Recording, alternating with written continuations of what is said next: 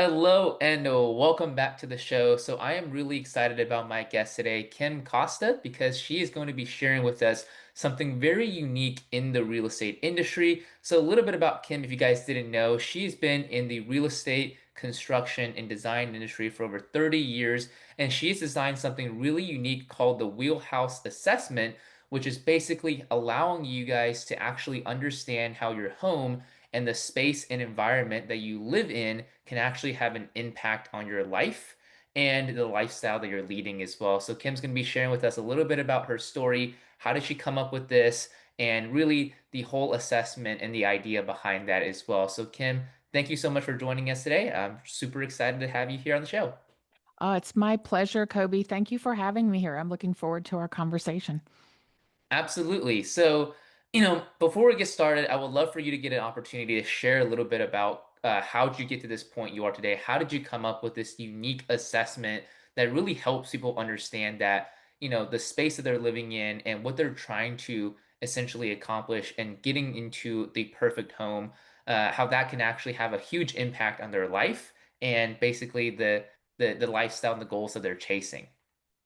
Yes. So, I'll do a little background on me. So, I graduated with a marketing degree and proceeded to get most of a master's in human resource development. And that's when I really got interested in, what people's personalities are. And at the same time I was getting my master's, I was helping run a residential construction company, and then proceeded to get my interior design degree or certificate. And so it's made me be able to become sort of a generalist in the whole residential living space, trying to help the person as a human up level their lives, but then also understanding construction and spatial design and how creating an environment at home affects the person as a whole. So I did the residential construction up until like 25 years in. And then I decided to become a realtor. And so this will be going on my 10th year as a realtor. And I took to it pretty quickly and have been a top producer pretty much since I started. So I just love it. But now I'm getting to incorporate all the things I learned from my education to real estate, which is a little bit of a different take. Yeah, absolutely. So, it's pretty interesting that you have that background, right? Which, I mean, if you look at the things that you're doing now, it makes perfect sense that you came from a design background and you understand the relevance of how that actually has an effect on our daily lives, especially now with a lot of people who actually work from home in their home office as well. So, let's talk a little bit about that. The fact that you became a real estate agent, what kind of led you to, creating this path that you're on today? What kind of was that epiphany for you? Well, the epiphany happened when I was changing everything in my life. I was getting divorced, left the family home, left the family business, was sort of recreating and reinventing myself. So, of course, I did what any human resources person would do. I got a personality test and found out I'm an ENFP. If anyone's familiar with the Myers-Briggs, it's the same personality as like Mark Twain and Robin Williams and all the colorful people out there. And I was doing accounting for a construction business and not speaking with anyone and not using my design skills. So that was the first step that, okay, this is all wrong. And I started to have a coach named Dan Johnston. He works with ENFPs to align their life with their personality. And he had me filling out the wheel of life to rate in each section, like career, finance, family and friends, spirituality, romance, etc. There are 8 of them. And as my life changed, he had me fill that out. And so I noticed that as those things were changing, I was moving because my home didn't fit anymore. And then I started helping real estate clients, and I noticed that each of them were moving because of a career issue or a health and finance issue. And so I started categorizing them into these pieces of the wheel of life. And it started me thinking that there should be some sort of assessment tool where people could answer these questions and before they go out looking, so it wouldn't waste time for the agent or for themselves, that they had an answer on a assessment tool that would help them find the exact right thing that they were looking for. Yeah, so it really came from something that you were doing for yourself in the beginning, and then Correct. you later on started to implement that for your clients as well. Because as we all know, when you're moving, when you're going through a real estate transaction, it's a pretty big, probably most people will say the biggest transaction or transition of your life.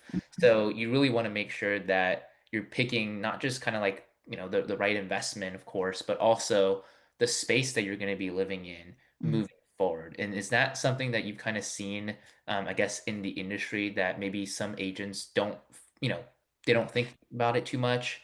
Yeah. Well, I mean, I know so many good agents. I've met so many great agents that really care about the people, but there's a general misconception out there that real estate agents are very transactional and that they're really just looking to make some money and they want it to close whether you like the house or not, you know? And and unfortunately, back in 2023, Clever.com did a study where over 85% of all buyers in 2023 had major regrets about their home, which doesn't do us as real estate agents any justice as far as the trust factor and the satisfaction factor. And so, with all the industry changes, I just think, that it would be great if we had a tool that helped us become more client focused. Yeah.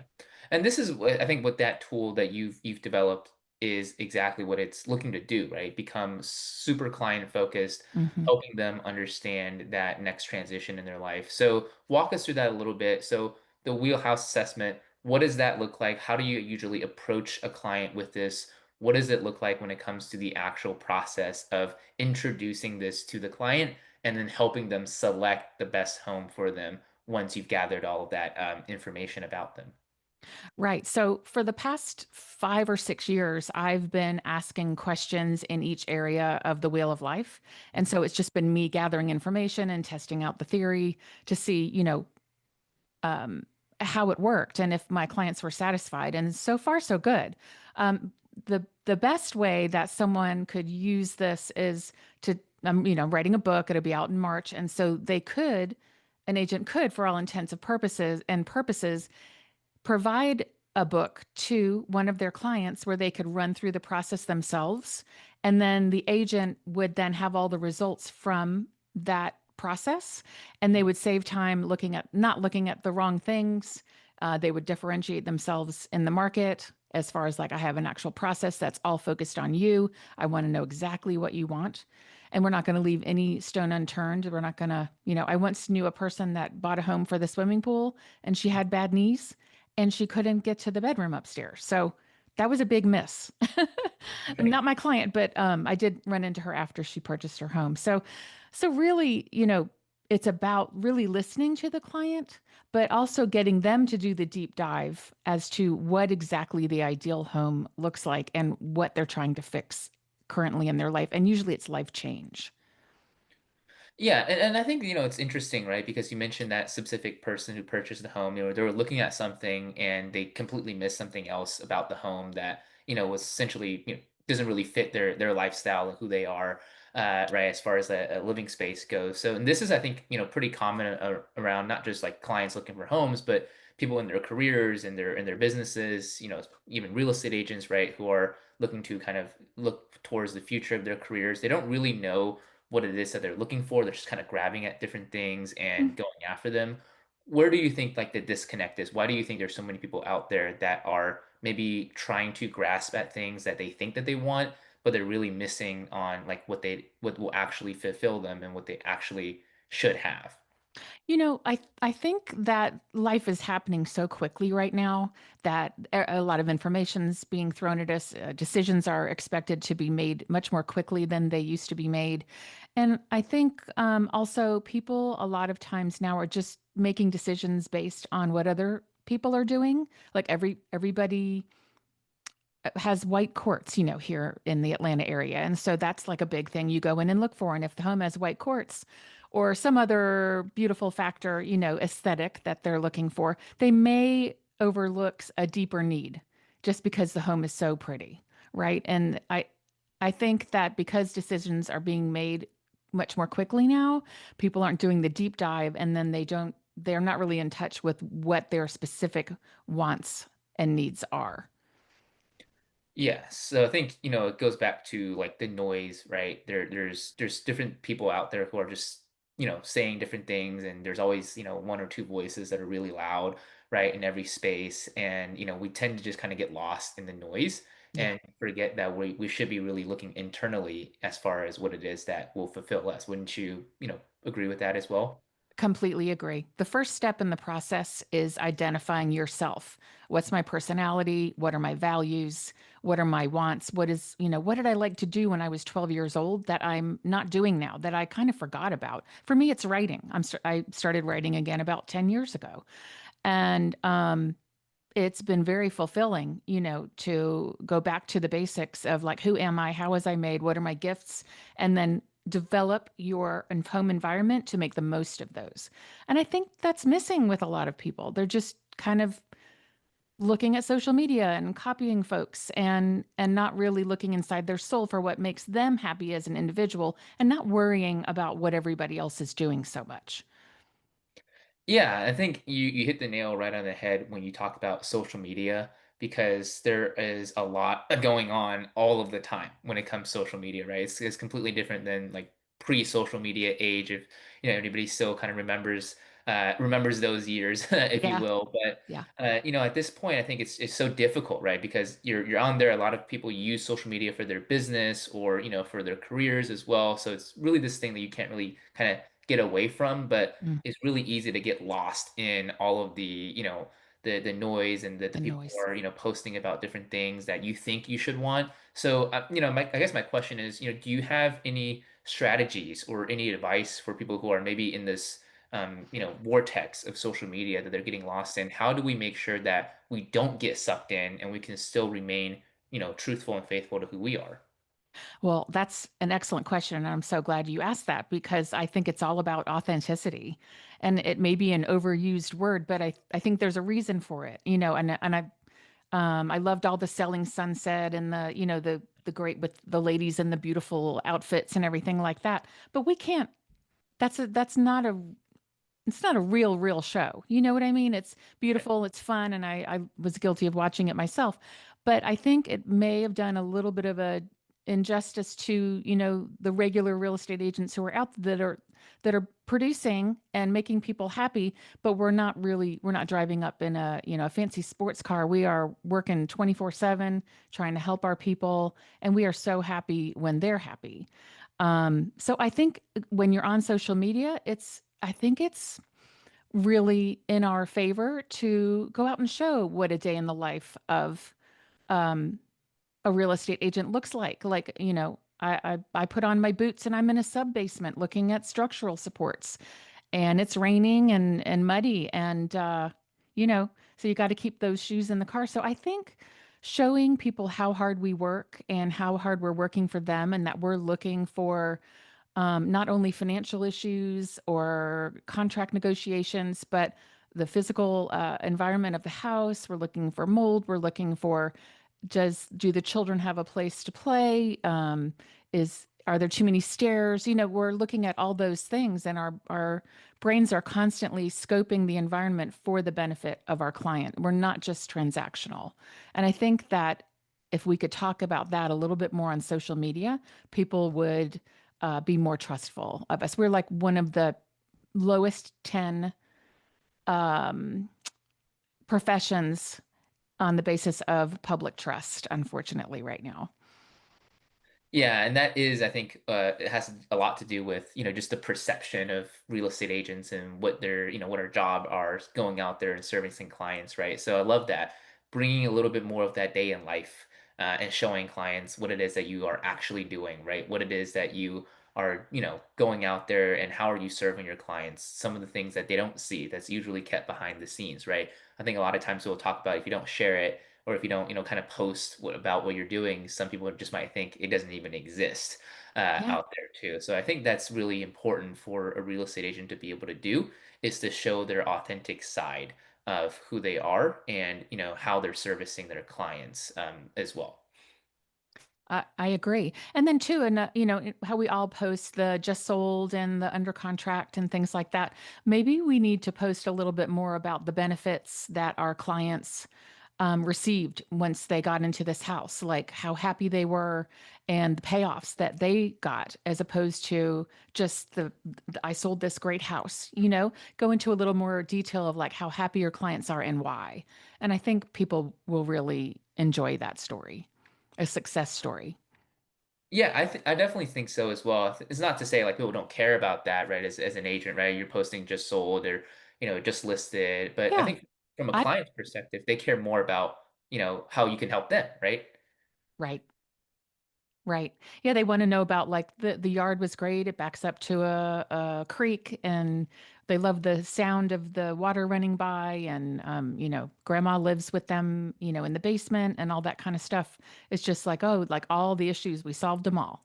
But with your client's approval, of course, talking about their personal lives. I certainly don't want to go too far with that.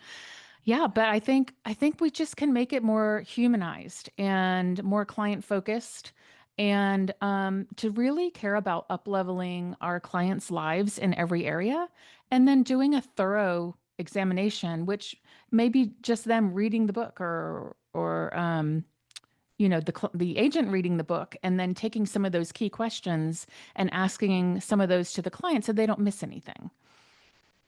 Yeah, exactly. So I think, one of the bigger things for I think a lot of agents out there that they struggle with is, they see people doing other things out there on social media and they have a fear of missing out. I think that might be the biggest barrier for a lot of people to, potentially not go out there and live the way that they choose to live or run their business that they want to run it is because they see, there's things going on. They feel like they have to go chase that next rabbit as Mm. well. So is there anything like that that you've personally experienced or just any, I guess, like personal advice for anybody who is maybe in that space to see, how can we make sure that, we balance that correctly with, is that what we actually want? Yeah, well, there's the old saying, diluted focus brings, diluted payoffs. And so it's really easy to say, oh my gosh, I need to be doing stories every day and I need to make a reel and I need to find some music to put it to and things like that.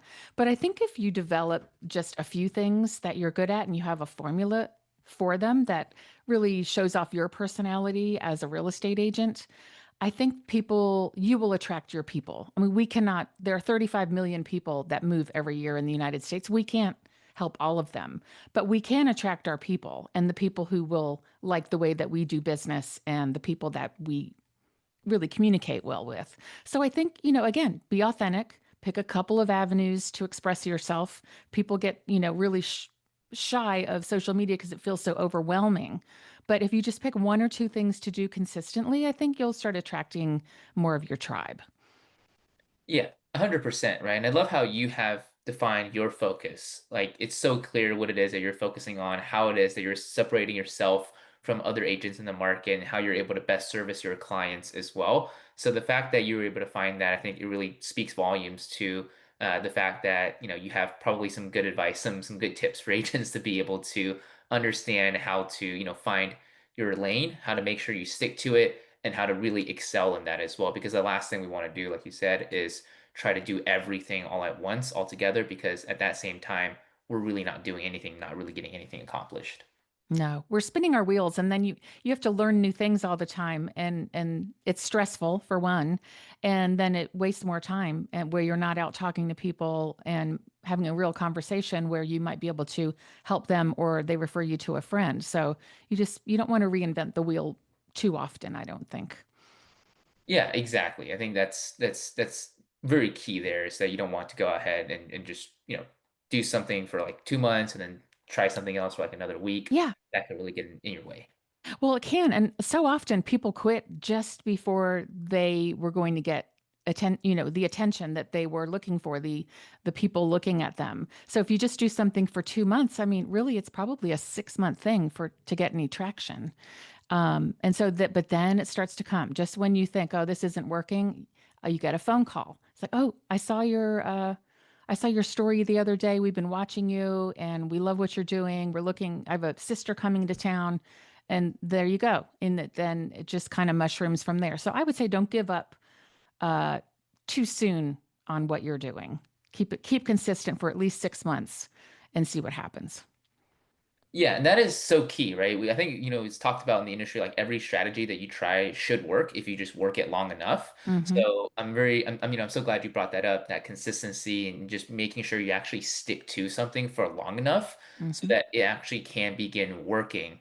And that kind of leads me to, I guess, another question for you is, with the wheelhouse assessment that you've created and the way that you're servicing clients, how long did you think that would, that kind of took you to really get to the point where it is today, that it's really consistent, you're, servicing clients?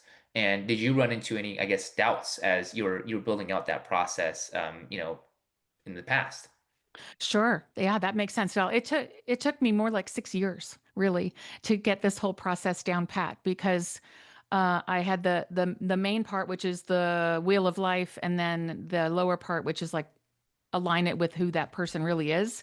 And don't just cookie cutter get them something that everybody else is buying because they're a unique individual.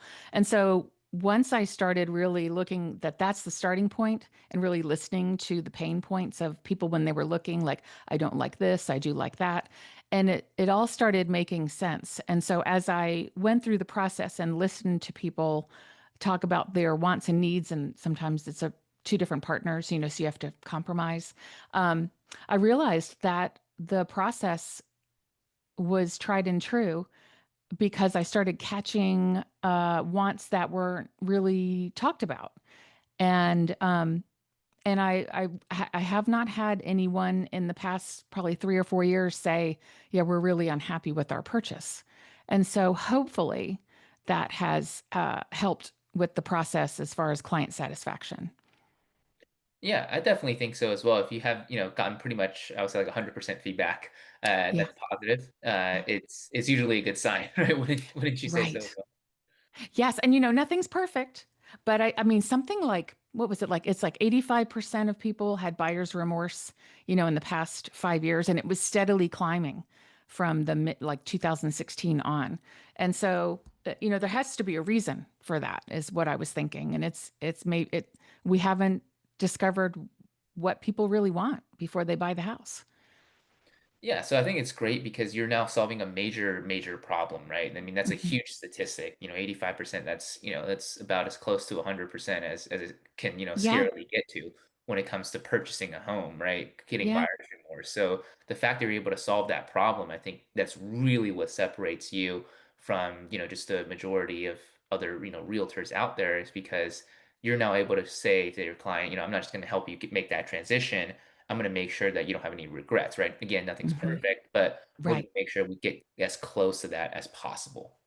As close as possible. I mean, so another statistic that just kind of rocked my world was of that 85%, 25% did not like their home after they bought it within the first year. And so I was like, that's 9 million people a year who didn't actually like their home. And we were making decisions very quickly a couple of years ago. Some of us sight unseen, some of our clients sight unseen and waiving everything. So that probably was part of the reason for the bump in the dissatisfaction, but it's still, I mean, it's pretty high. So, I mean, just doing a full analysis, even if an agent can just start looking at each area, like, okay, let's talk about career. How many do you guys both work from home? Uh, how far do you need to commute? Do you need to be near an airport?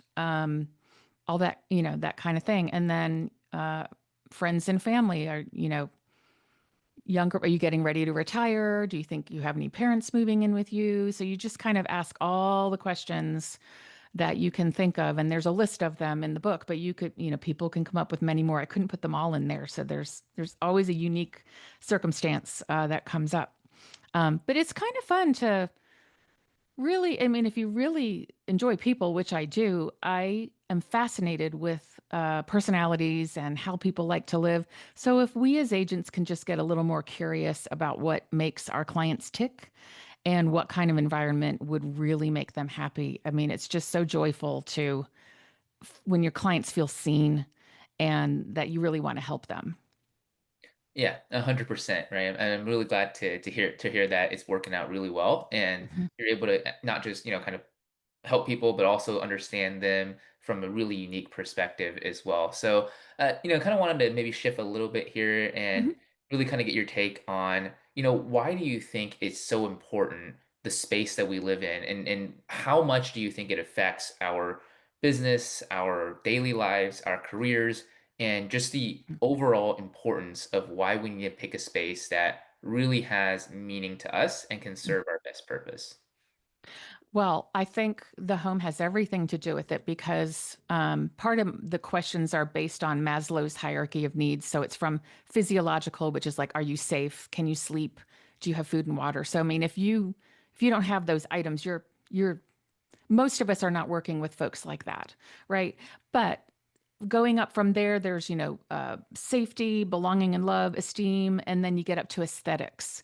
So most of the people that we're working with are, up in the higher levels. But if somebody has a safety issue, like a violent dog next door, or someone in the neighborhood who isn't safe or accepting of who they are or what their values or anything, then that becomes a real fear for them, and that's pretty serious. Like they're not able to operate out of their home without feeling safe.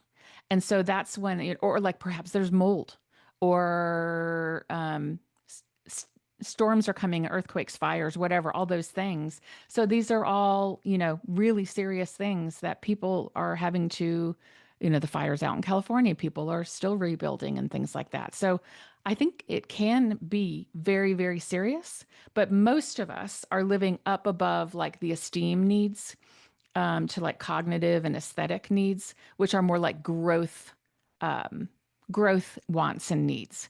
But anything below like esteem is more of a deficiency that you're trying to solve.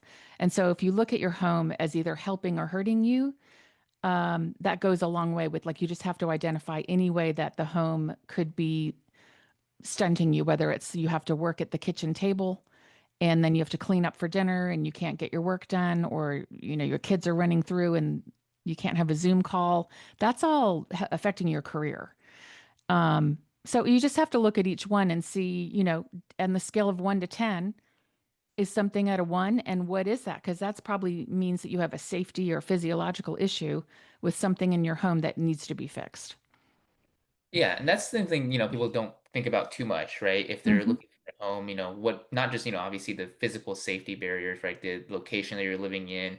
Is there something around your neighborhood that could be affecting your safety? And that could really, I mean, people don't think about it too much, but it could really affect your daily, life, right? You couldn't sleep, you can't get any rest. That affects your work Right. in the daytime. It affects your health in different ways as well. But when we get to that esteem, kind of more psychological needs portion, right? Hmm. One of the biggest issues that I think a lot of people run into, and it just, just one of those things, is that people might think that they need a bigger or a more house than they actually, require, right?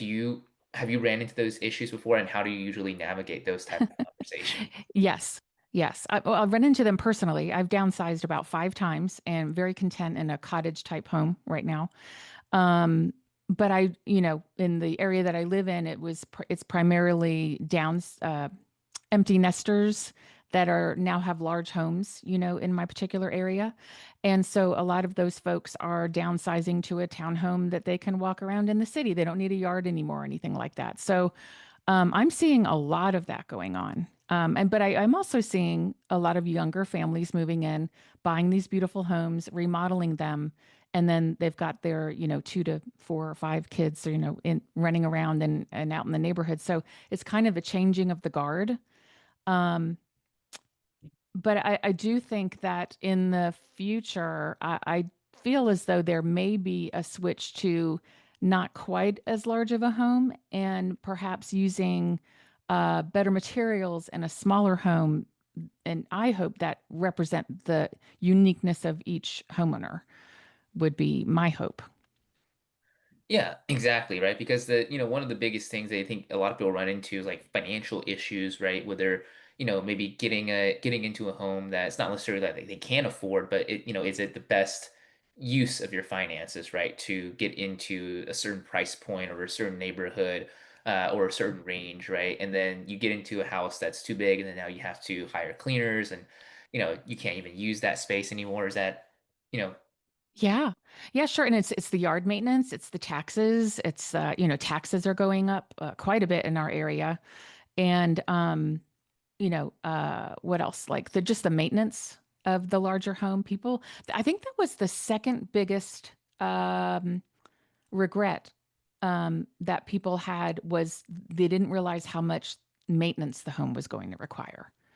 yeah. And so the larger homes, people don't realize the expense and the time associated with the upkeep on those. So it is something, people have to, you can need to prepare your folks for that kind of a thing, but it's just, a lifestyle change, really. Yeah, yeah, exactly. And then, the last thing you want, again, like we talked about, is for you to get into some place and then regret, and then, even worse, not be able to keep up with, your mortgage payments, right? Which, we've seen that in droves in history too, right? With, what happened in the past and, different, economic conditions as well. So those are always things to kind of keep in mind, right? As far as Yeah. looking for space and not just psychological and safety, but also affordability. And, does this, actually make sense for you financially in the future?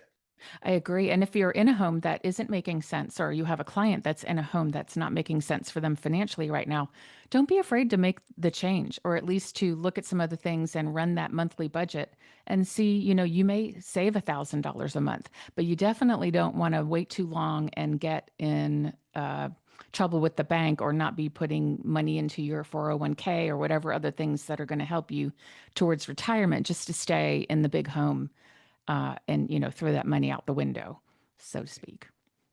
Yeah, absolutely. It's that, you say it's never, you don't ever think you're stuck, right? There's always something that you could do. There's always options that you could look towards to improve your situation. Absolutely. And I think we as real estate agents, it's, a lot of times we just start talking to people who are like, "Yeah, we're thinking about moving." And then the questions you ask them are like, "Well, what are you thinking? What's not working? What do you want to change?" And then, you start talk, "Well, we don't need the yard anymore and it's kind of quiet around here and there's the kids aren't here and we're spending all this money and it's a lot of work." And then it sometimes takes them a while, but then 6 months later, something happens and it's like, oh gosh, it's going to be another summer of cutting that yard. So we're moving. So, but I think it's just as real estate agents being a listening ear and just being like, yeah, it's okay. I mean, let's just look at stuff. You don't have to buy anything. Just let's go look and see what's available and you guys make a decision. Absolutely. It's just being there, right? Being there for the clients, letting them know that Yeah. they have the option, not like forcing or pushing anybody to do something they're not comfortable with. It's just letting Yeah. them know that, let's start thinking about things, and you never know what's going to happen. Right. You can have you thought about this or that, or hey, this really cool place came up. I know you're not ready, but if you want to just come take a look, or you like, or I can send you some video. I don't know, it might fit you guys. You can always do something like that. Just kind of, sometimes people don't think of all the options, and I've done that recently where um, I know some folks are getting ready to think about moving, and so they had mentioned a certain lifestyle that they wanted, like walkable to downtown. So I said, "Hey, there's this townhome. There's no maintenance. Still got uh, primary on the main, or like it had an elevator where that wouldn't be a problem for them." And I said, "I'm just going to go take a look at it. I'm curious myself. I'll send you some video." And it's kind of a no stress situation. Yep, absolutely. Like that's, it's just one of those things where you as the agent, you can serve people in ways that, you don't even think about, right? They don't have to be like you're a client. They don't have to be, looking to buy or sell right away. It's just how do you add value to somebody to potentially help them Yeah, sometime down the line, or somebody that they know as well, right? Because it might not be them, but maybe you yeah. serve them so well, they recommend or refer somebody to you in the future. Yeah, exactly. And then too, you can just kind of ask like, do you see yourself here? And then also as agents, it's just really good for us to know what's out there. Like it was a new product in a city around the corner. It's just good to keep your eyes open so you can have options for people. Yep, absolutely. Kim, I just want to say thank you for being on the show today. I think you shared a lot of valuable advice, valuable tips, and some great insights into not only how we can improve our lives as far as individuals, entrepreneurs, business owners, real estate agents, but also as an agent, how do we actually take our own experiences and help the clients that we serve and help those who are in our community as well. So for our listeners out there, anybody who is watching this that want to either connect directly with you, learn a little bit more about your method, or pick up an early version or get into the new releases list for your new book that's coming out, what are some of the best ways for people to get connected with you and just stay in touch with what you're doing? Okay, great. Thank you. And it's been so fun to talk with you today. So, the way that people can find me the easiest is on Instagram. It's Kim E. Costa. And so it's Kime Costa. And then my website is lifestylefoundations.com. And so that has information about the book, where the pre order is and everything. And then I'll have an podcast coming out next month called Live in Your Wheelhouse. And so we'll be talking about all these kind of things. And I hope to eventually have agents on as guests to talk about, how they've helped people. And so there's a lot more coming. Absolutely. We'll make sure to leave the links to your Instagram and your website in the description, the show notes down below, so that people can actually find out how to get connected with you. But other than that, Kim, just want to say thank you again for being on the show. Before we let you go, is there any last pieces of advice, any last like little golden nuggets you want to just leave us with? Oh my gosh. Really, I think it's the biggest thing, like I said before, is just finding what you're good at. I mean, are you good at contracts and negotiation? And again, for me, this boils down to your personality and what your gifts are, like what you're really good at. I have a friend in my office. He's wonderful at contracts. Like he knows every last point, and he's really good at that, good at numbers and all that. But then some folks, while they're good at that, their real key is like they're a people person. And so they just make things happen, and they work well with the other agents. And so just kind of focus on what your biggest gifts are. Um, and I think that's the key to success. Absolutely. So that's some great advice, Kim. Thanks again for being on the show. Thank you for tuning in, and we'll see you in the next show. Take Thank, care. thank you, Kobe.